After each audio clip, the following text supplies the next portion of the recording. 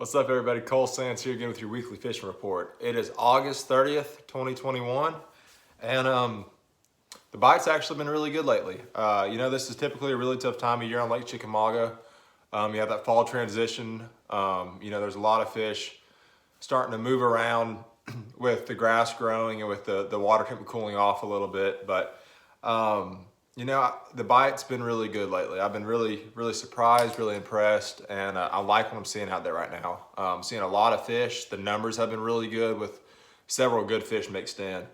And so to start off with, I'm going to talk about our top baits from this past week guiding and talk about what to look forward to this upcoming week. So the first thing, I've talked about this bait every single week since I started doing these fishing reports, and that's the Yo-Zuri 3DB pencil and the pencil popper. This is the pencil. The pencil popper's got a little cup lip, and we had some of the most unbelievable topwater days this past week on this bait and the pencil popper. Our best days this past week, we were throwing more of a chrome, kind of a translucent chrome color, and the reason is because it was really sunny. Whenever it's really sunny out there, I love a chrome topwater because it gives off a lot of flash, and I like the little bit of translucence in these Yo-Zuri topwaters because on Lake Chickamauga around that grass, the water's usually really clear, and I think that translucent natural color really makes some fish commit to the bait a lot better than other topwater baits. And that will be a huge player this upcoming week. We got another hurricane system moving through. Going to be some wind and rain, nasty conditions. It's going to be perfect for topwater. So be sure, go get you a Yo-Zuri 3DB pencil and the pencil popper. Get some in chrome, that translucent chrome. If it's really sunny and a little bit calmer, I'll even go with more of a clear color, as translucent as I can get. But with the rain coming in this week, I really think bone's going to be a big player. So be sure to pick up some of those. Another big player this past week around that grass that is almost topped out is a Gambler Big Easy. And this is one of my absolute favorite all-time baits. I rig it on like a 6/0 hook, maybe even a 7/0, and I just buzz it around that grass. Keep my rod tip up, 65-pound braid. You get some awesome explosions on this. And, I'm throwing this in the places where it's a little too thick to throw the topwater. If the grass is matted out a little bit, you can throw this right in the middle of the mat, reel it out. You'll see them fish waking on it. Really, really awesome bait. Had some success with it this past week. Should be a killer this upcoming week. The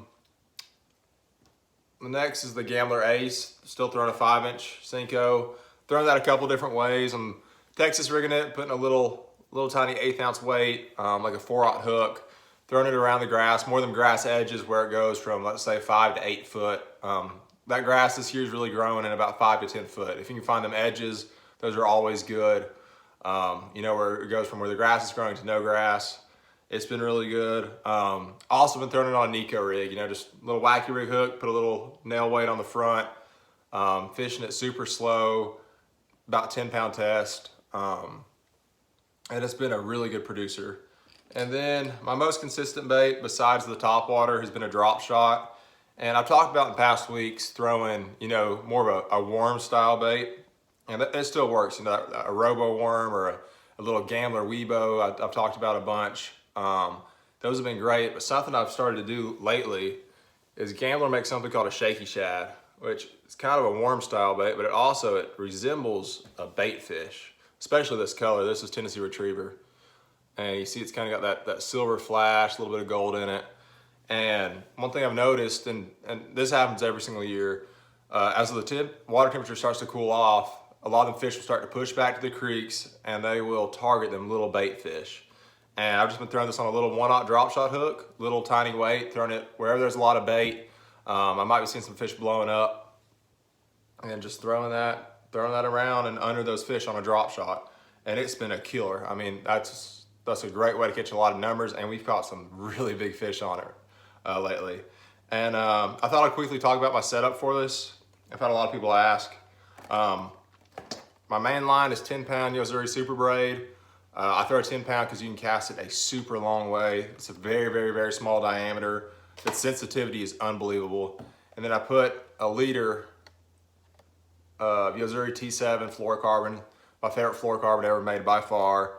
You can go with 8 pound or 10 pound, just depending on how thick the cover is. If I'm around a little bit of grass or brush, I'll up it to 10 pound. If I'm out, you know, just fishing for fish that are just kind of in open water chasing bait, I'll usually go to 8. I like for it to be as finesse style as I can. And then throwing it on a 7.2 medium Witch Doctor tackle spinning rod. Super sensitive rod, and it's one of my all-time favorites. Besides that, still catching a couple punching, throwing a big 1.25 ounce weight. I'm putting a gambler stinger on the back. Getting some good bites. Not getting a lot of bites, but the fish have been good size.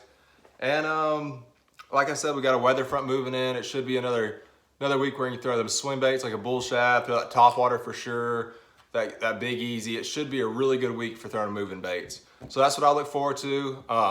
Target the grass. There's still fish on the main lake. It's still pretty hot. I would say there's a pretty even amount of fish in the creeks and main lake. But as it starts to cool off, you'll see a bigger transition towards the back of the creeks, and that bite will probably pick up a lot here in the next couple weeks. But good luck out there. If y'all are looking for a guide trip, I have several dates available this fall. It's shaping up to be a really, really, really good frog season.